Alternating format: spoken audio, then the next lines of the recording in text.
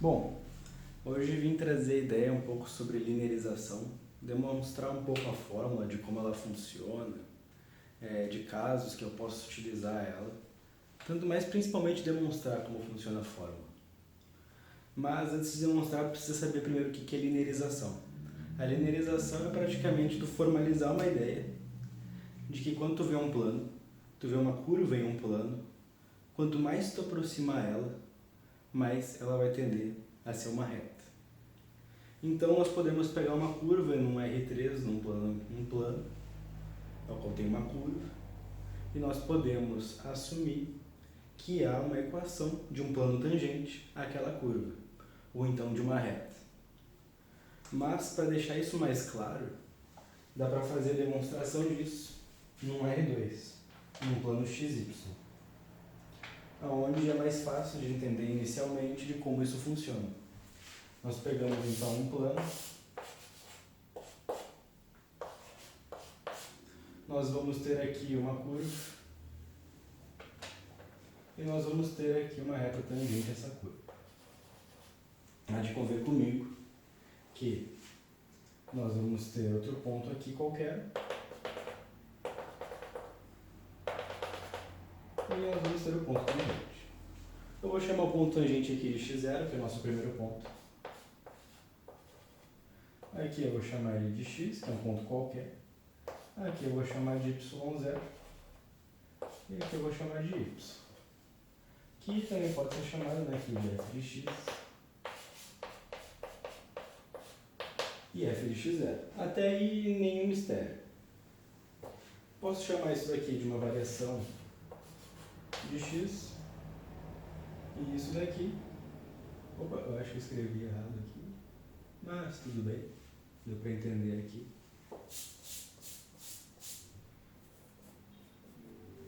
Aqui nós vamos ter o nosso f de x, que é igual a y. E aqui nós vamos ter f de g, que aqui seria uma função g de x, e aqui seria a nossa função f de x. Mas essa g de x agora não vai nos importar. Nós podemos escrever então essa variação aqui de ΔY. Pela definição de derivada, que é basicamente nós aproximarmos esse ponto a um certo limite aqui no caso Δx, nós vamos ter que a nossa derivada desse dx, que vai ser igual a f de x, que é a mesma coisa, ela vai ser igual. Acho que eu até vou escrever ela aqui embaixo, não vou escrever ela aqui em cima, para depois fazer o gráfico na R3. Nós vamos ter que, então, aqui a nossa derivada igual a mesma alimentação, vai ser igual ao limite da variação de x menor a zero de ΔY sobre Δx. Só que daí, pense comigo, o valor de x está diminuindo. Se o nosso valor de x está diminuindo a uma tendência a se aproximar de zero, essa distância, nós temos que o nosso limite ele é meio insignificante aqui, porque o x ele já está no valor muito próximo de zero. Então, esse valor ele vai ser muito próximo da nossa derivada.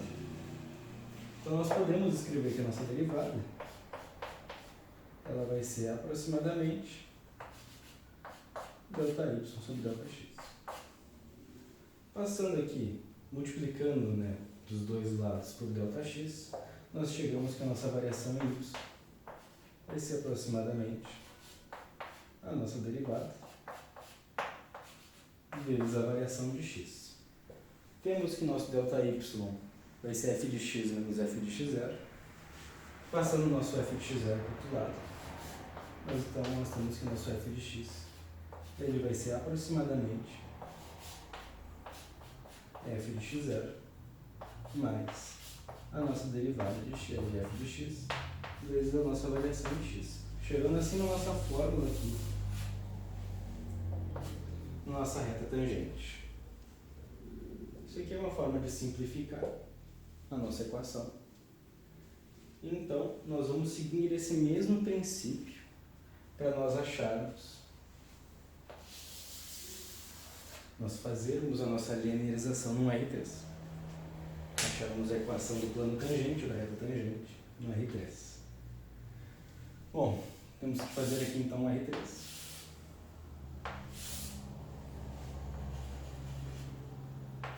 Aqui vai ser Z, aqui vai ser X e aqui vai ser Y.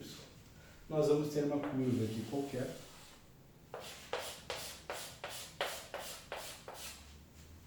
E nós vamos ter um ponto nessa curva, o qual esse ponto aqui, nós vamos ter um plano tangente a ele. Nós vamos seguir o mesmo princípio da nossa derivada. Só que aqui, como nós temos um R3, nós temos que fazer uma derivação parcial. Ou seja, fazer a derivação primeiro com x sendo uma constante, depois com y sendo uma constante. Do que nós fazemos uma denotação, seria a derivada de f em relação a x, e a nossa derivada de f em relação a y. Então, nós fazemos a nossa derivação tendendo aqui, nesses valores. Então, usando essa mesma fórmula aqui, mas antes disso, vamos definir essa função aqui, sendo f de xy igual a algumas variáveis. Vou botar aqui a x² mais bxy ao cubo mais cy ao quadrado, valores arbitrários de a, b e c, com valores de x e y, porque essa função ela vai estar atendendo a variações de x e de y, não somente de x como aqui no R1, que ele tem apenas uma variável. Então, podemos chamar isso aqui também de z, muito comumente chamado de z, porque aqui nós vamos ter um ponto, aqui vou representar aqui, né? Nós vamos ter esse ponto P, onde o ponto P é representado por x, y e z. Uma função a qual possui duas variáveis. Bom, explicado isso, seguindo o nosso mesmo princípio aqui,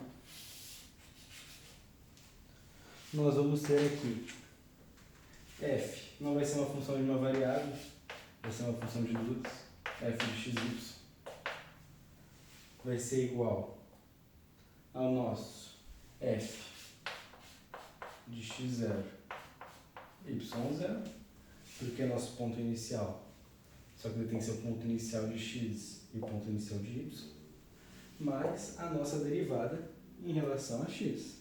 Só que aqui nós temos um problema. Nós não podemos fazer uma derivada normal num R3. Nós temos que fazer as nossas derivações parciais. Ou seja, mais a nossa derivação parcial de f em relação a x, vezes a variação de x, mais a nossa derivada parcial de f em relação a y, vezes a nossa variação de y. Chegando então aqui na nossa fórmula da linearização. Ou seja, essa aqui é a forma da gente encontrar a função do plano tangente a uma curva. Que nesse caso a curva é um gráfico num R3. Bom, podemos fazer mais algumas manipulações nessa forma. Nós podemos passar esse ponto aqui inicial da função, passar diminuindo aqui, no caso seria diminuir dos dois lados, né? Falando de uma forma mais correta. Aqui seria uma variação da função, como nossa função é z, pode ser também chamada de z, nós podemos falar que ΔZ vai ser igual a nossa dz em relação a x, vezes a nossa variação de x, mais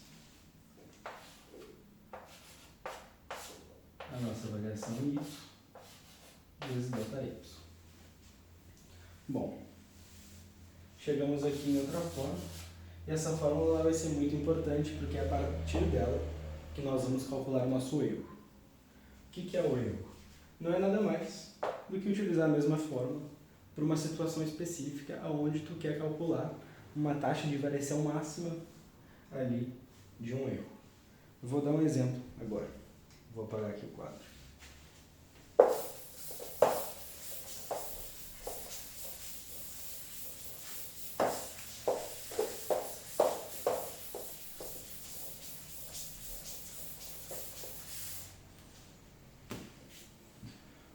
Bom, eu vou anotar a fórmula aqui em cima. Nós temos que a nossa variação de z vai ser igual à nossa derivada parcial de z em função de x, vezes nossa variação de x, que eu já vou escrever aqui como x menos x0, que é a mesma coisa, mais a nossa parcial de z em relação a y, de y menos y0.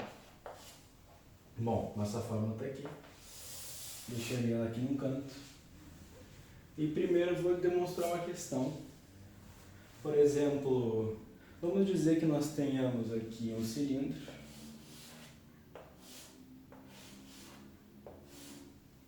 cujo o raio é R e nós temos aqui uma altura H. Vamos dizer então que ele quer que a gente calcule o volume desse cilindro. O volume de um cilindro é a área da base vezes a altura. Então o volume vai ser igual a πr ao quadrado H. Bom, veja que esse volume ele tem aqui duas variações. Ele varia tanto em R, que é o raio, quanto na altura. Ou seja, ela é uma função que varia em R e H.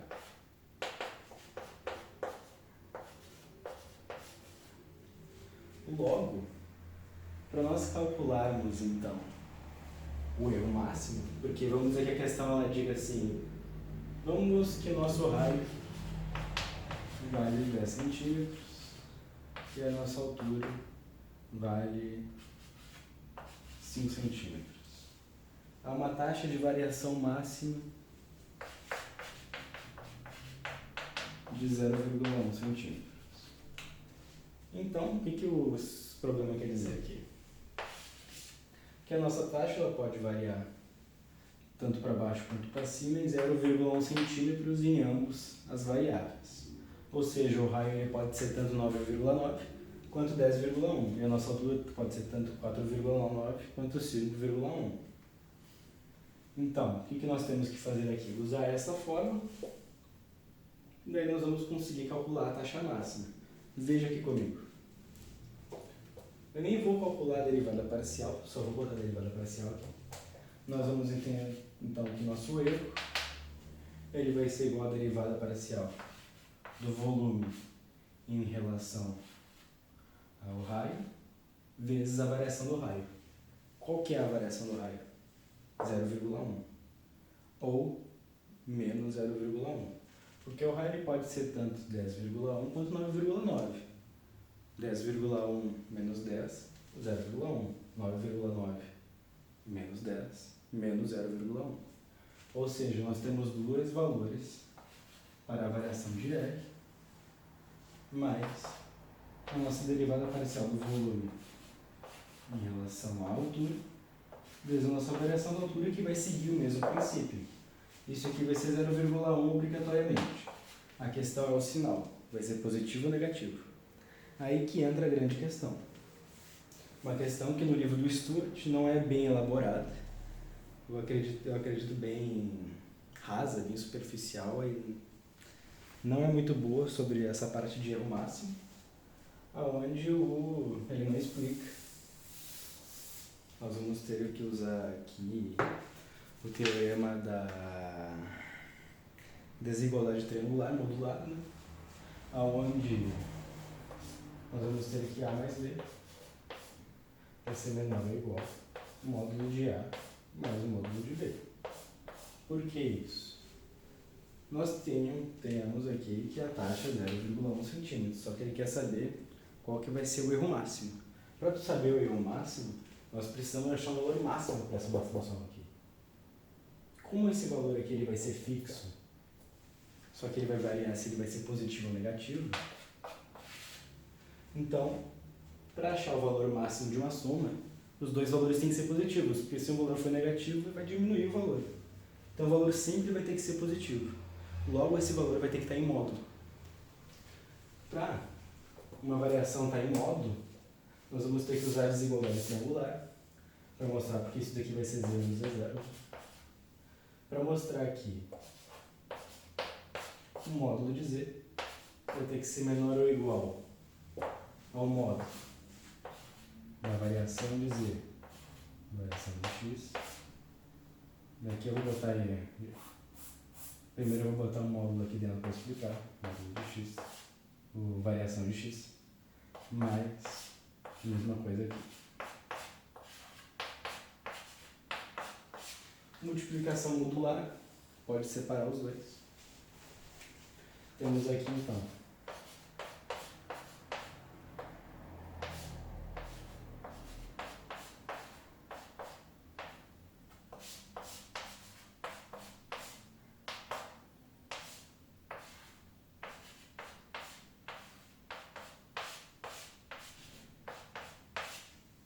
bom, com isso, nós chegamos no seguinte desenvolvimento aqui. Uma função de volume, ela nunca vai ser negativa, não existe um volume negativo.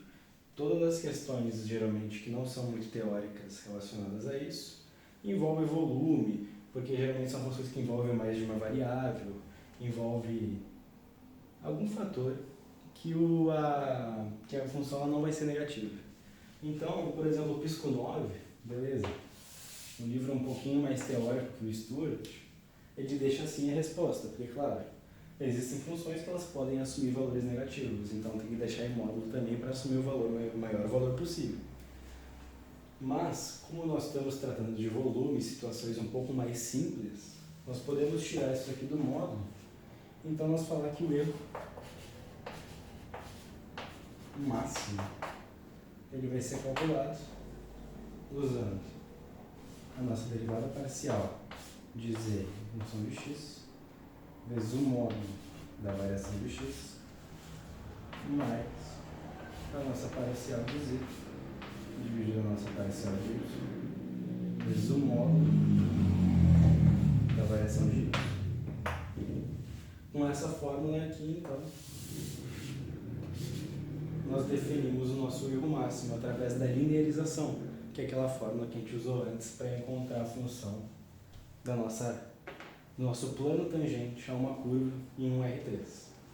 Então essa aqui é a fórmula, e essa aqui é a fórmula principal. Bom, é isso. Uma das únicas conclusões até agora que eu estudei assim mais aprofundadamente é o cálculo do erro máximo através da nossa linearização, que é a equação do plano tangente. Bom, é isso. Espero que tenha ficado claro. Acredito que sim. Valeu.